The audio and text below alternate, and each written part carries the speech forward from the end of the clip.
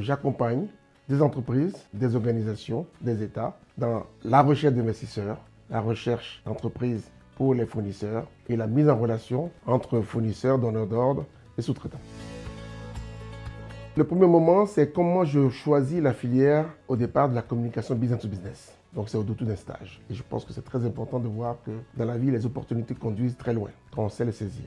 La deuxième, je dirais, c'est quand j'ai fait un retour vers l'Afrique. Moi qui suis né en Afrique, mais qui suis arrivé à 17 ans en France. Dans les années 2000, en montant un réseau d'entrepreneurs, j'ai eu l'opportunité de recontacter l'Afrique. Et ça a été un moment clé. Et puis la troisième, c'est quand, fort du travail fait pour les connexions avec l'Afrique, la République française reconnaît que je suis un chevalier de l'ordre du mérite. Donc j'ai une reconnaissance du travail fait pour accompagner les entrepreneurs.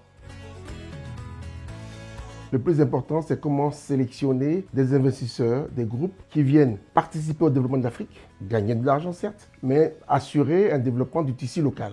Ce sera ça l'avenir. L'Afrique est déjà le présent du monde. Encore faut-il que les Africains eux-mêmes y participent. Donc j'ai à cœur de participer à l'émergence de PME africaines, de leur développement, pour être partie prenante du développement du continent. Donc la connexion entre investisseurs d'Amérique du Nord, d'Europe, des Émirats ou de l'Asie, avec en cohérence et en accompagnement d'entrepreneurs africains. Les entreprises ont deux grands modèles. Le premier, c'est être partie prenante des investisseurs sur lesquels elles peuvent s'accrocher. Local content, faire en sorte que quand un investisseur, grand investisseur étranger, qui vient de l'international large ou de l'Afrique, arrive dans un pays d'Afrique, il faut que les PME elles-mêmes, elles soient partie prenante de l'évolution. Donc elles aient une montée en puissance de leur capacité pour pouvoir fournir ce groupe, lui apporter de la sous-traitance et ainsi gagner en compétences. Et je dirais le creuset pour moi numéro 1, c'est la mondialisation. Il faut que les entreprises africaines soient partie prenante de la mondialisation. Ça veut dire qu'il ne faut pas uniquement être consommateur, il faut être acteur. Et une des clés, c'est l'IA. Une IA africaine avec du contenu africain. C'est comment on fait pour que ce qui se passe sur l'Afrique intègre des composantes venues de l'Afrique, conçues par les Africains. Quand on est conseil, il faut d'abord écouter. Parce qu'on ne peut pas conseiller à tout va un État, une institution, une entreprise comme une autre. À chacun sa mesure. Donc il faut d'abord écouter.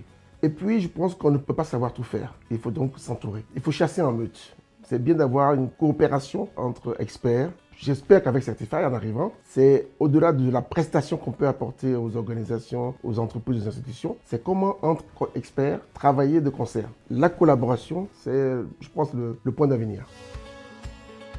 Les entreprises qui viennent me voir, elles viennent me voir pour que j'accélère leur mutation sur l'Afrique, ou je leur trouve des marchés sur le continent. Voilà, donc je couvre une trentaine de pays. Ce que je fais la première fois, c'est de savoir comment elles-mêmes, elles sont déjà positionnées sur l'Afrique. Qu'est-ce qu'elles ont fait? Et puis, où trouver le bon partenaire pour elles? Aller sur le continent, c'est bien, mais il faut le faire en choisissant, un, le bon partenaire pour vous accompagner, et deux, le bon relais local. Donc, la sélection du distributeur, du sous-traitant, du co-traitant, demain, la future filiale. C'est très important parce que, comme tout marché, ça vaut pour l'Asie, mais ça vaut aussi pour l'Afrique. Il faut s'adapter. Et pour s'adapter, il faut connaître les us et coutumes et avoir des partenaires qui sont ancrés localement.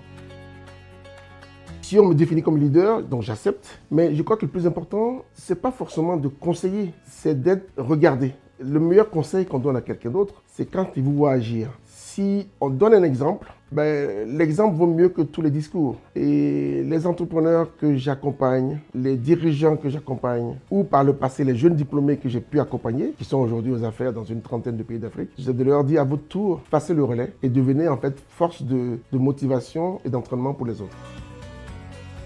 D'abord, il faut bien s'accrocher, parce que c'est une carrière qui devient une carrière longue, qui n'est pas linéaire.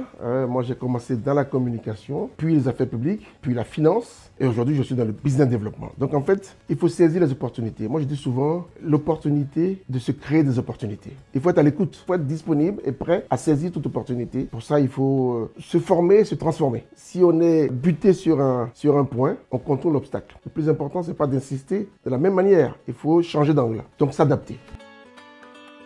Je ne parle pas d'ailleurs plutôt d'influence de ceux qui m'auraient permis de grandir. C'est plutôt ceux qui ont permis qu'à des étapes de ma vie, il y ait des changements de carrière, d'opportunités. Il y a 3 ou 4 personnes que je continue à voir, qui sont devenues des amis, qui sont des partenaires, qui ont été des associés, que je continue à rencontrer, même quand on ne fait pas affaire ensemble, parce que c'est ma manière à moi de garder le lien. Et je pense que dans le business, moi je viens du monde des relations publiques. Et dans les relations publiques, il y a tout ce qui se passe en public, tout ce qui est le public à toucher, mais il y a d'abord relations. Comment aimer les autres, comment être avec eux. Le reste, j'allais dire, vient naturellement. Nous sommes dans le début de quelque chose qui peut être extraordinairement impactant pour le monde.